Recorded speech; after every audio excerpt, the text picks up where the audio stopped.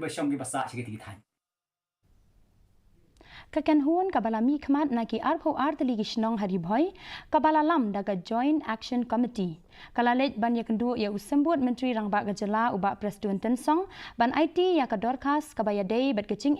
na kecing bom biang ki Surok ha mau hati bat nongpo constituency kani kakan huan kala Pynbha ya kecing don kam ban don ya ki Surok ki bala ban penyaso ya ki Shnong kham tam ka Surok kabala dep ai jingmut hasuni dan matari bat ka Surok na den Shnong po Symbud Myntri Rangbah ka Jylla ula pentikna ba an sa syamkhia halor kani kamat bat ukar menru ba anla ban penrung ya kani ka Surok hapo ka PMGSY4 minta usnam kaban kentiu shibuan ya kecing penyaso ya ki Shnong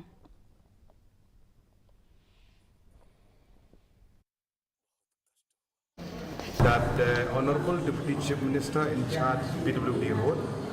he has listened very keenly and he has assured the delegation that it will be taken up immediately at the earliest. We have discussed thoroughly the ways and means and we hopeful that it will be included in the PMGSY4 in the current financial year. So I hope that this will be beneficial for the people at large